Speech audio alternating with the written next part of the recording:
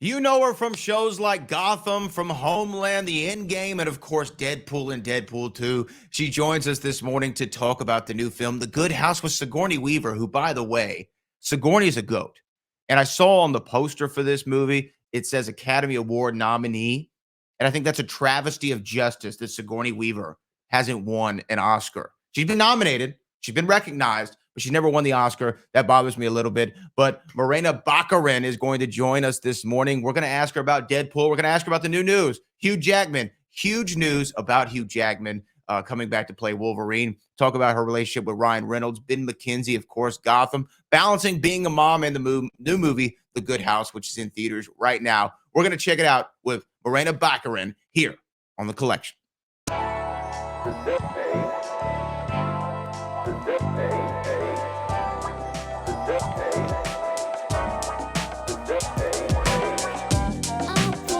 And she joins us right now to talk about the new film, The Good House. Morena Baccarin joins us this morning. Morena, how are you? I'm good. How are you doing? I'm doing great. I'm excited about this movie. This movie came out last Friday in theaters exclusively. Talk to me about it. What's the feedback been like so far?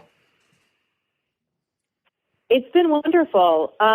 It's such a sort of relatable film and told in such a funny and up close kind of way. I think people are really reacting well to it. It's the story of a woman dealing with addiction, and Sigourney Weaver plays her beautifully. She just knows how to bring in an audience, but it's it's kind of a riot, and at the same time deeply sad. Yeah. You mentioned Sigourney there. I feel like you always get better when you're around people who are better than you. That's what I try to surround myself with. I never want to be the smartest one in the room. Absolutely. I never want to be the best in the room. I always want to learn. Sigourney Weaver is one of the greats of any generation, especially the last few. What was it like working on set with her? And were you like watching from afar saying, ooh, I can take that. I see what she did there. Oh yeah, I'm stealing that for my next movie. I mean, what was really wonderful about her is she's incredibly kind, present, disarming. She's just, and she's one of my idols. I grew up watching her films and wanting to be her and learning from her. And getting to be in a scene with her was just such a joy. She's really giving, and we clicked and had the best time. And she's so present, and she's so in the moment with you that you kind of almost forget that you're acting. It just felt like we were hanging out. That was the best part. So, like, leading up to doing the scene, since you said you were looking forward to doing a scene with Sigourney Weaver, are there nerves at play there? Do you really want to do a good job for her? Or are you just, I'm locked in, this is my job, I know what I'm doing? I mean, of course, I was terrified that I would throw her, or if I couldn't deliver, I would be getting in her way, or, and all that stuff is BS. It's sort of like you're in your own head. Everybody's doing their own work and worried about their own process. So she's not sitting there waiting to judge me. It was just easier than I thought because she's so present and so kind. And it was, we really had a really good time.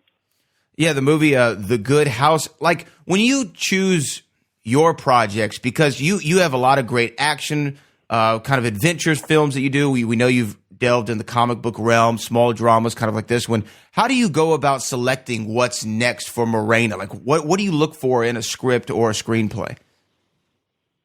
Well, first and foremost, I look for good stories and stories that are, somewhat responsible at least, or have something powerful and interesting to say. And obviously the character itself.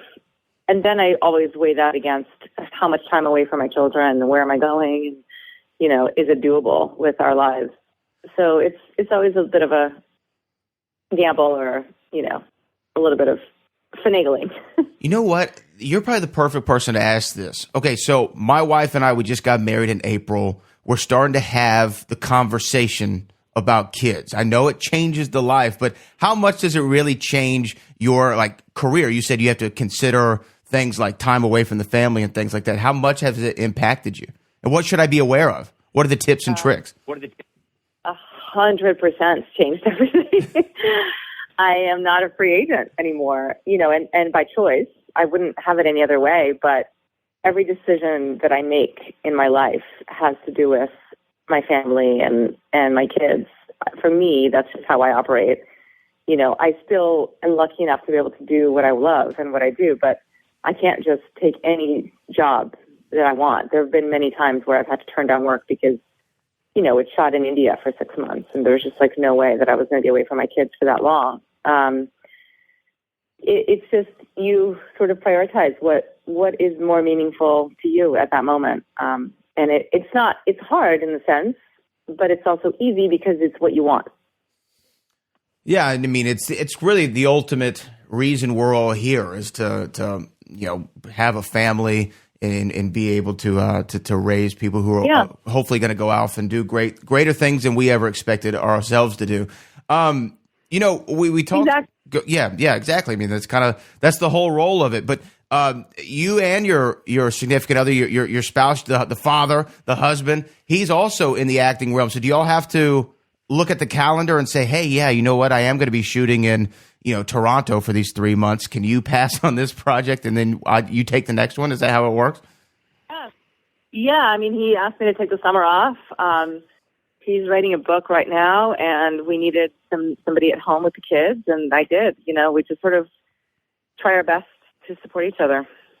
That's incredible. Of course, people know you from a lot of different projects. Gotham was one that I absolutely loved and saw you in. Of course, Ben McKenzie in that one as well. And then the Deadpool. Everybody loves you in Deadpool, of course. Deadpool 1 and Deadpool 2. I just wanted to ask about the first Deadpool, if I may, for a moment, because when I heard there's going to be an R-rated comic book movie, I wasn't sure how that was going to translate, you know, to the massive audiences. And then opening weekend, it's $120, $140 million, whatever it is, some crazy number. When y'all were shooting it and you were on set, did you have the feeling of, you know what, not only do I believe in this project, but now that we're shooting this, I feel the specialness that is going to be this first Deadpool movie? I had no idea. I was sort of flying by the seat of my pants. I was going through a really difficult time personally in my life, and I just was so thankful to have a material that was so good and something I could sink my teeth into and just sort of forget my personal life for a little bit. And I had so much fun shooting it. I had the best time working with Ryan. And I loved it. I loved every single minute of it and cherished it and just hoped that people got it. It was totally my sense of humor, but I wasn't sure that people would get it or like were ready for it. And then when it came out, it suddenly made so much sense, you know? Yeah, it just clicked. And, you know, Ryan, the perfect person to play the role. And I think you were the perfect casting opposite of him. But I have to ask, was there a lot? Because he's a very funny individual. I watch him in interviews. He's very quick, very sharp. Was there a lot of improv, or was he sticking to the script, or was he just firing jokes off at you every 2 seconds? It was a little bit of both. We definitely always, you know, did the script as written, and then there were always alternate lines or things we came up with. And one of, like, I think the sweetest parts of the film in the calendar, you know, the sex montage, we call it, where it's like the calendar goes round and round, and I sort of brought it up with the director about, like, this is fun and all, and you get how much these people lust after each other, but you don't get the love. So, like, we need something in there that really solidifies who they are to each other. That whole thing that he says earlier in the film about your crazy matches my crazy is like, that's something that people really connect with. And so in the Thanksgiving montage, I stopped and looked at him and told him I loved him in a sincere kind of way. And I feel like that's where him and I balance each other in that film, is he's so funny and so irreverent and so out there. And my character tends to just kind of ground him and reality, and you can see the connection between them. And so it was just a really nice moment to improv together. And again, we're talking about The Good House, which is in theaters right now. One question, though, about Deadpool, because it did make some news last week. Hugh Jackman. We know Hugh Jackman's going to be joining. Yeah. According to the teaser, how do we feel about this? You don't have to tell me anything that you know, but just how do we feel about Hugh Jackman being involved? I mean, I can't wait to see that. I know nothing about it. I am completely in the dark. I don't even know if I'm going to be in it, but I was really excited to see that. I think those two together are going to be phenomenal. So again, The Good House is in theaters now. Just give the people listening here in Houston, what's the reason to go and see this movie? A real movie theater experience about, a film that you'll want to talk about with your family and friends. There you go. I love it. And the great Sigourney Weaver is in it, as well as Morena Baccarin joins us this morning. Morena, thank you so much for taking the time. Thank you.